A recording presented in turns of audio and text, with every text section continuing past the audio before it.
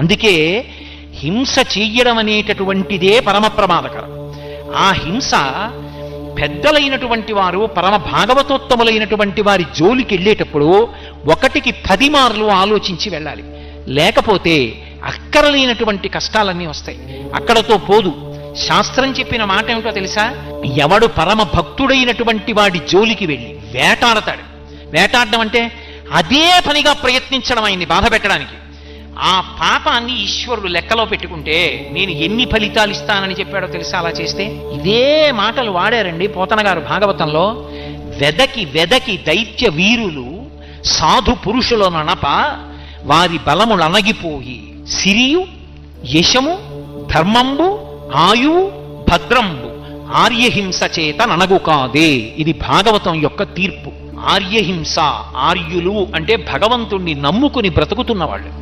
వాడు అమాయకుళ్ళ చేతకాని వాళ్ళ కనిపించాడని నువ్వు భక్తుల జోలికి వెడితే ఎన్ని ఇస్తానని చెప్పాడో తెలుసా? వెళ్ళావు కాబట్టి నీకు తెలియదు, నీ బలం అణిగిపోవడం ప్రారంభమైపోతుంది. వెదకి వెదకి దైత్యవీరులు సాధువుల ననపా వారి బలములు అణగిపోయే.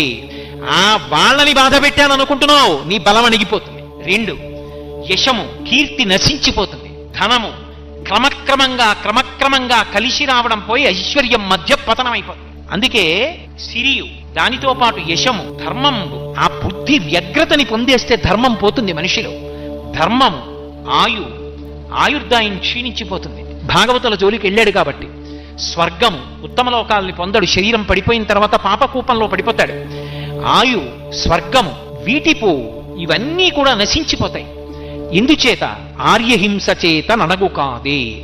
ఆర్యుల జోలికి వెళ్ళి పెద్దలైనటువంటి వారిని బాధ పెడితే ఆ బాధ కారణంగా అన్ని ఉపద్రవాలు వస్తాయి.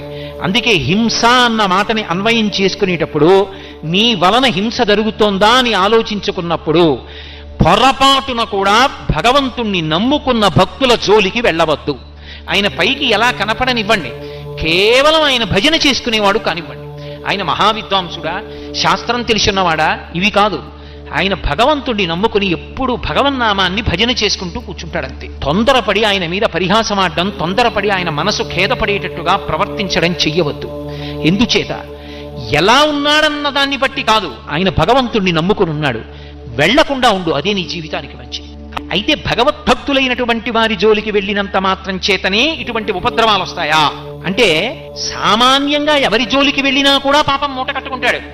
భాగవతుల జోలికి వెళ్ళడం మరింత ప్రమాదకరం. ఏదో బ్యాటరీ లైట్లో 3 బ్యాటరీలు ఉండగా చేయి పెడితే చురుక్కుమనడానికి, ఇంట్లో కరెంటు ఉండగా ఫ్యూజులో చేయి పెడితే ధన్మని